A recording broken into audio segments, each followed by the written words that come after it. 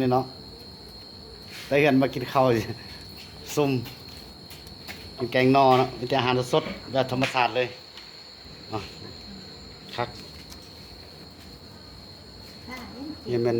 เครื่องปรุงใส่แกงนอแต่เฮาเอิ้นว่าเมือดเนาะเมือดแกงนออืมนี่มันไก่ดำภาษาเวียดว่าเนี่ยกาแดนวันนี้มันเป็นมื้อสังหารเนาะอ่า มือสมัครลิ้น มื้อสมัครลิ้นเพราะว่าแต่งข้าวแรงกินอาหารสดแบบปลอดสารพิษเลยอาหารสดๆเลยมื้อนี้ไก่แบบปลอดสารพิษเลี้ยงเอง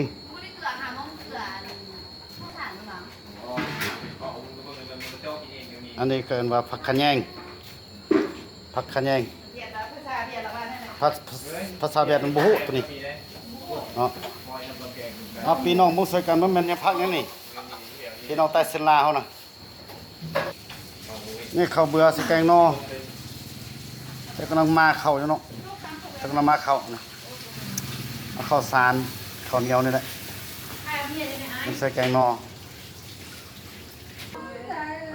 อันนี้ปิ่งมึกเพชรไทยสำเนียงเอิ้นปิ่งมึกเอือดแกมตำแจ่ว ไก่ไปเลยไก่อะ ตำแจ่วเนาะตำแจ่วมึกเพชรตัวนี้แกงนอไรเนาะนอไรธรรมศาสตร์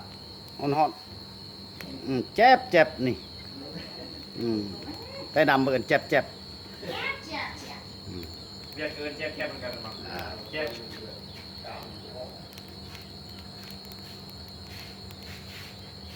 แจ๊บดีแจ๊บแกงนออันตัวนี้ที่ว่าซาลีเนาะ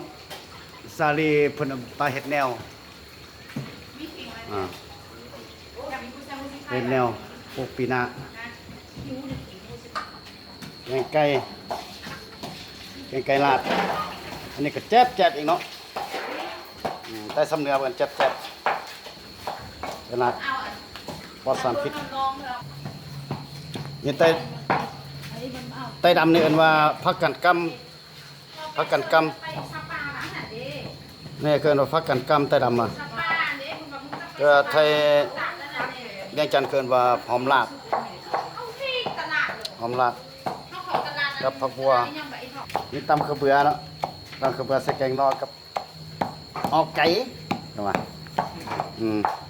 อันซาวตำไม่ร้อนเป๊ะว่ะเจ้านี่นะใช่แกงโรเสียไหมคือปีกูบานนี่เลยส่งไหมเดี๋ยวสู้เอาเขาไว้เอาไหม